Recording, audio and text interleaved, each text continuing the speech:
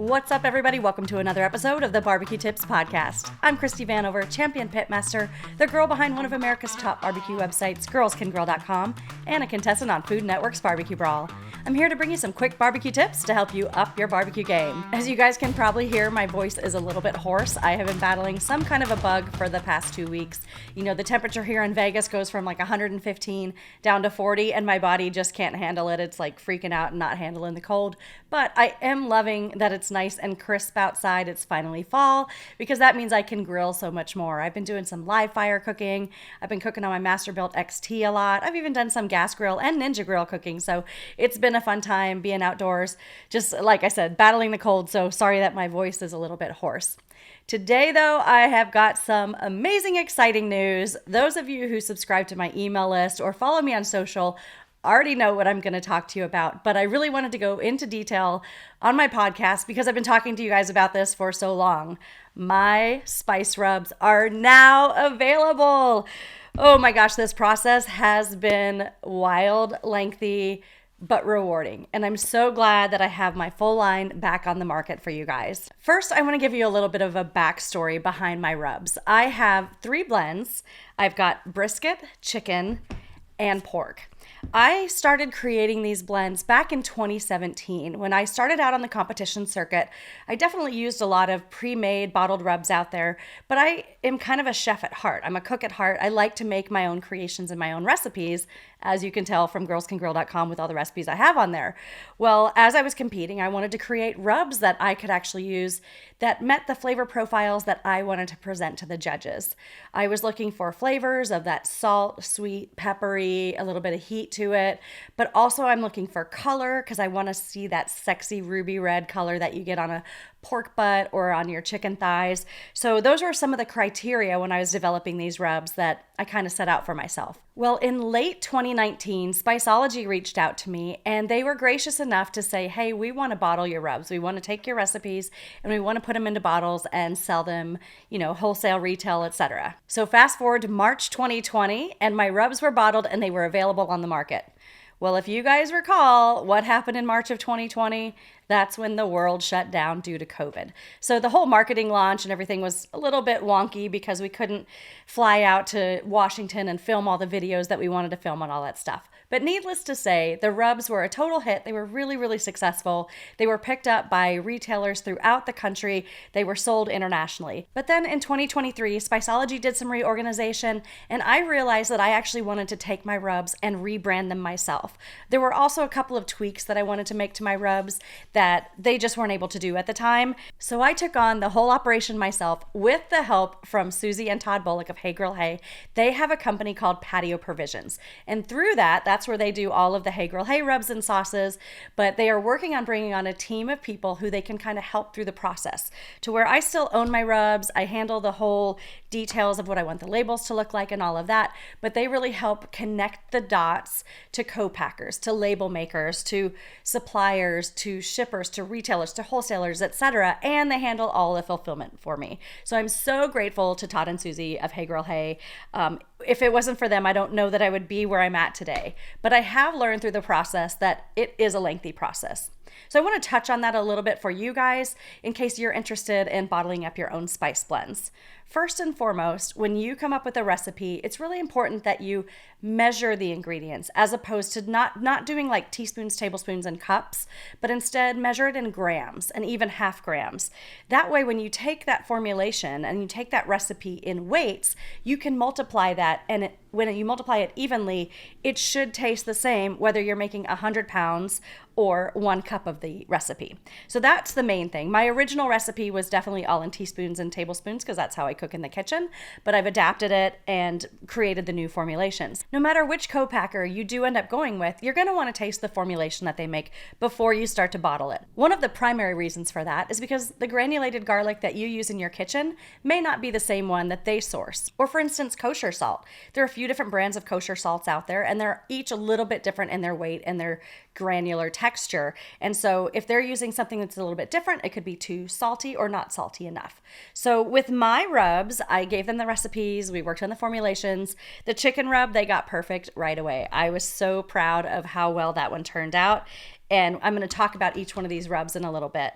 With the brisket rub, I think we did 4 or 5 revisions, and same with the pork. We did 4 or 5 revisions. There were certain notes, like you have to have a good palate when it comes to this. There were certain notes that I wanted to be more enhanced, like the molasses flavors that you get out of my pork rub without amping up the chilies too much. And the color on my pork rub is super important because I really want that beautiful mahogany bark. And I get that through natural flavors, through natural ingredients, I should say, not through like artificial colorings or anything like that. So we got all the revisions done. They sent them to me. I approved them. And then I went and I got a label maker. I actually designed my labels myself. I used Adobe InDesign, which is kind of a high-end graphics product, but I've got some graphic design experience. So if you don't have that kind of experience, you're probably going to want to hire somebody. You can definitely like pencil it out, draw it out, or use an app like Canva to kind of get some ideas. But you are going to want to use somebody who has professional software, understands Pantone colors, kind of can go into that in-depth intensity so that you get the exact color and exact look and everything that you want. Another thing is your nutrition factors. Those are really, really important.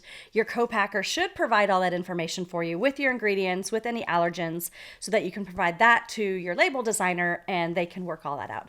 Then once you have your label design, you're going to want to send that off to the printer themselves. And there's a few different printers. There's like on-demand printers that are a little less expensive. Or the printer I used is called Revolution, and they did a beautiful, fantastic job. I'm really happy with them. They've got just the right sheen to them. They stick on here great.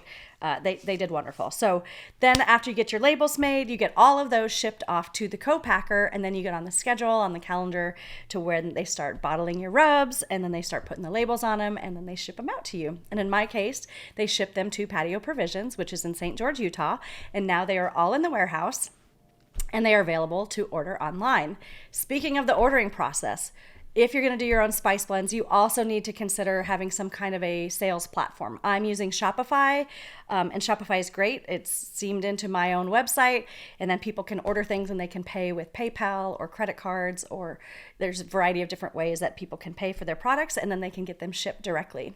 When it comes to shipping, you're going to have to figure out those costs too, whether you charge your customers shipping or not. And I've worked out kind of a flat fee based on weight to make it not too pricey for shipping, but to cover costs. So one bottle of rub, if you ship it, it's only $5 through my store. And then if you get 2 or 3 or more, depending on weight, then it's only $7.50. So I think that's pretty reasonable. The $5 doesn't actually cover my shipping costs, but I really didn't want to raise shipping costs to you guys too much. So I'm happy to absorb that because you shouldn't spend more on shipping than on the rub itself. So now that we've talked about the whole process of designing rubs, I'm really excited to talk to you guys about the rubs themselves and the actual flavors. All right, so let's start with my brisket rub. My brisket rub is really kind of my all-purpose rub. This is going to be the salt, pepper, garlic forward rub that you're looking for all things beef. It is made with kosher salt, coarse ground black pepper, which is 16 mesh, so it's got some good texture to it, and granulated garlic. Those are kind of the foundational flavors. So like I said, anything you're gonna put salt, pepper, garlic on, this is the rub to go to. But what makes my brisket rub so unique, I love the smell, are the chilies that I put inside of here. So it's got guajillo chili. So I could have gone with a more traditional chili, but guajillo has just this beautiful earthiness that I think marries really, really well with beef. It's not spicy. It has more of a little bit of a floral note, but again, earthy. And then I've also put cumin in here, so that accentuates the earthiness too. So it really gives you kind of this rich umami flavor mixed with that salt, pepper, and garlic. And because there are chilies in here, you get a little bit of that red color also, so it's gonna give you a beautiful bark. And I kept the black pepper coarse because when I'm doing brisket, I do like to have that coarse texture on my brisket. Plus, it's coarse, which is great for steaks. So if you like cooking steaks and you want to get a great seared crust on there, whether you're doing that over a sear station on a grill or a cast iron or even on a griddle, this is the rub to use. I also love it on hamburgers. It's great mixed in with ground meat. Like if you're going to just do like some tacos, you can mix this with a little bit of taco seasoning if you're going to do some ground beef tacos. It's also fantastic on tri-tip. I actually made my rub from scratch when I was on Food Network, and I cooked a tri-tip with my rub, and it won first place that day, and Rodney Scott said it was the best tri-tip of the day. So that is my brisket rub. Oh, and I won 5th place at the Jack Daniel's World Championship using this rub. I got 5th place in brisket. So you definitely want to try it out. When you are cooking brisket, I recommend that you sprinkle this on your brisket and you let it set overnight. This does not have any MSG. None of my rubs have MSG in them. So if you're doing competition barbecue, you may want to add a little MSG. When I'm competing, that's what I do. But I also use this in my mop. So after my brisket has smoked, and then when it's time to mop it, like kind of soak it in its braising liquid, I actually mix this with consomme, with beef consomme, and it just adds more flavor and more beefiness. Instead of just the beef broth itself, you're going to get more of that brisket rub in there. And then I use it as a finishing also when I'm recreating the bark at the end of my competition brisket. So check this one out. It is available now at girlscangrill.com. And I'm also working on getting all of these available on Amazon, but for now they're available on my website. Okay, next up, this is my chicken rub. Now my chicken rub, of course, has salt, pepper, garlic in it. I mean, pretty much all rubs do, but it's a finer salt, it's a finer pepper, and it's finer garlic. Plus it's full of like citrus notes, like lemon zest, plus rosemary and different herbs. And of course, some chilies in here as well, because I like just a little bit of heat on it. But this is a really great all-purpose poultry rub. It is called chicken rub, but it's good on duck, it's good on turkey, and it's fantastic on vegetables like asparagus or roasted potatoes. You just sprinkle this on there with some olive oil or butter, and it just hits the spot. All right, let me smell this and kind of describe it to you guys. Oh, you can just smell the herbs. Like think of poultry seasoning or herbe de Provence, which is a popular seasoning for poultry. It's got those herbaceous notes, but you can also smell a little bit of sweetness, some umami, and then there's chilies in here, as I mentioned, but not hot chilies, not hot peppers. There's like bell pepper, there's paprika, some peppers that are definitely more on the mild side, but help give it that beautiful red color. And then there's some citrus in there, as I mentioned. So again, this kind of like just, it makes your taste buds wake up. And that was my whole goal when I was creating this one. I wanted the judges to have a satiating experience. And if you don't know what satiating means, that's like when something's in your mouth, a taste is in your mouth, and it just makes your mouth water. Like it just kicks in those like glands in your mouth to just make your mouth water and make you crave more. And that's what this rub is all about. Chicken rub, when those judges go in to take that first bite of their chicken, I want them to be like, oh my God, my mouth is watering. I need another bite. So that's what was in mind when I designed this. Now, when I had my other chicken rub with Spiceology, it was definitely more coarse, and that's something that I didn't care for because it was hard to cook with it in competition without grinding it. Now it is definitely finer, so you do not have to grind it before you put it on your chicken, which I'm so thrilled with. But if you also want to use this as a finishing rub on your chicken, I do recommend grinding it then, because then it'll kind of disappear and dissolve into your sauce.